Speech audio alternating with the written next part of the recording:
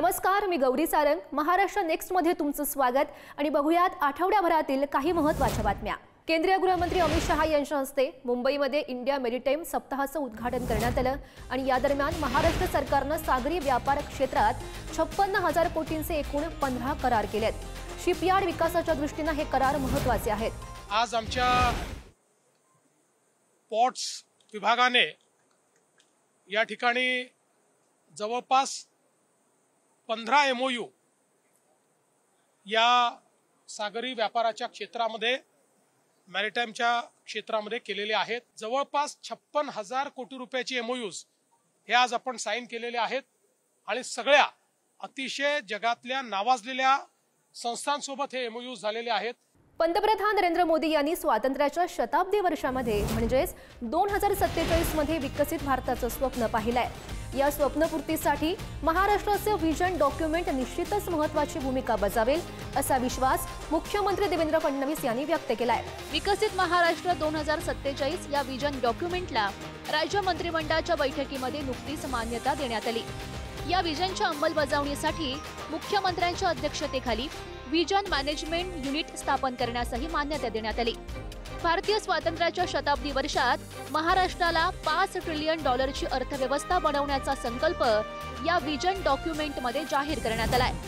विकसित महाराष्ट्र 2047 हे जे आपलं डॉक्युमेंट आहे, हा जो आपला प्लॅन आहे, याला मंत्रिमंडळाने मान्यता दिली आहे आणि आता लवकरच हा प्रकाशित केला जाईल. यंदाच्या दिवाळीमध्ये मुख्यमंत्री देवेंद्र फडणवीसांनी विदर्भवासियांना खास गिफ्ट दिलाय. विदर्भाच्या विकासामध्ये मैलाचा दगड ठरणाऱ्या महत्त्वाकांक्षी प्रकल्पांची घोषणा मुख्यमंत्री देवेंद्र फडणवीस यांनी केली आहे आणि त्यानुसार 2,000 कोटी रुपयांचा महाराष्ट्रामधील सर्वात भव्य लॉजिस्टिक हब नागपूरमध्ये होणार आहे.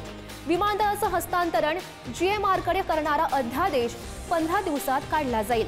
हिंगणा तालुक्यामध्ये उभ्या राहणाऱ्या नव्या नागपूरमध्ये बिझनेस डिस्ट्रिक्ट उभारलं जाईल अशा महत्त्वपूर्ण घोषणा मुख्यमंत्र्यांनी नागपूरमध्ये केल्या. भविष्यकालीन नागपूर घडवण्याच्या दिशेनं राज्य सरकारनं मोठं पाऊल टाकलंय. नवीन नागपूरमधील रस्ते बाह्यवळण मार्गाला जोडावेत आणि भविष्यामध्ये निर्माण होणाऱ्या मालमत्तांच्या व्यवस्थापनासाठी स्वतंत्र कंपनी स्थापन करण्यास राज्य सरकारनं आता मंजुरी दिलेली आहे. मुख्यमंत्री देवेंद्र फडणवीस यांच्या अध्यक्षतेखाली नागपूर महानगर प्रदेश विकास प्राधिकरणाची बैठक नुकतीच संपन्न झाली. त्यात हे महत्त्वाचे निर्णय घेण्यात आले आहेत. राज्यातील 25 लाख हेक्टर जमीन नैसर्गिक शेतीखाली आणण्याची घोषणा मुख्यमंत्री देवेंद्र फडणवीस यांनी केली आहे. हवामान बदलाचा शेतीवर होत असलेला गंभीर परिणाम लक्षात घेता नैसर्गिक शेती हा त्यावरचा सर्वाधिक परिणामकारक उपाय आहे आणि त्यामुळे राज्यातील 25 लाख हेक्टर जमीन नैसर्गिक शेतीखाली आणण्याचा निर्णय आता सरकारनं घेतलाय अशी माहिती मुख्यमंत्री फडणवीस यांनी नैसर्गिक शेती परिषदेमध्ये बोलताना दिली आहे. या कृषी संमेलनातून एक नवीन अशा प्रकारची त्या ठिकाणी नीती ही आपण तयार करू आणि मोठ्या प्रमाणात महाराष्ट्राला ज्याप्रमाणे राज्यपाल महोदयांनी गेल्या 5 वर्षामध्ये गुजरातला नैसर्गिक शेतीचं हब केलं, तसंच आता पुढचं हब हे नैसर्गिक शेतीचं महाराष्ट्रामध्ये आपण करू असा विश्वास या निमित्ताने मी व्यक्त करतो. ठाण्यामध्ये राजमाता जिजाऊ उद्यान ऑक्सिजन पार्कचं लोकार्पण उपमुख्यमंत्री एकनाथ शिंदे यांच्या हस्ते करण्यात आलंय. शहरामध्ये आणखी प्राणवायू पार्क तयार करण्याचे निर्देश शिंदे यांनी दिले आहेत.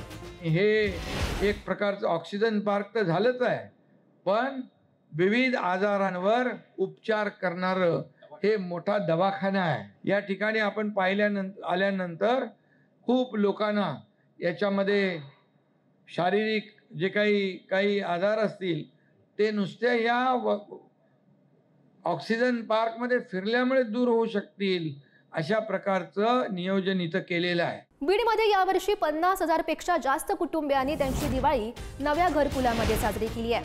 प्रधानमंत्री आवास योजना आणि राज्य पुरस्कृत घरकुल योजनेअंतर्गत बीड जिल्ह्यातील 50,000हून अधिक घरकुलं विक्रमी वेळेमध्ये पूर्ण करण्यात आल्याची माहिती उपमुख्यमंत्री अजित पवार यांनी दिली आहे. दिवाळी नवीन घरकुलात या उपक्रमामध्ये बीड जिल्ह्यानं राज्यात पहिला क्रमांक मिळवून नवा विक्रम रचला आणि त्याबद्दल उपमुख्यमंत्री अजित पवार यांनी अभिनंदन करणारं ट्विट केलंय. त्यातला अर्ज दिलता, आम्हाला घरकुल मिळालं, टप्प्याटप्प्याने पैसे उचलले आणि दिवाळी नव्या घरामध्ये साजरी केली.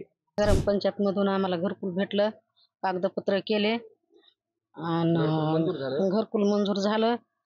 एक 15चा भेटला, एक 70चा भेटला. 7-8 महिन्यापूर्वी वडिलांनी ग्रामपंचायतमध्ये अर्ज केला होता. त्यानंतर आम्हाला घरकुल मंजूर झाले. त्यानंतर आम्ही टप्प्याटप्प्याने पैसे आले. त्यानंतर घराचे बांधकाम झाले आणि त्यानंतर आम्ही दिवाळी त्या घरात साजरी केली. आणि या सगळ्या बातम्यांसह महाराष्ट्र नेक्स्ट मध्ये इथेच थांबतोय. पाहत रहा पुढारी न्यूज.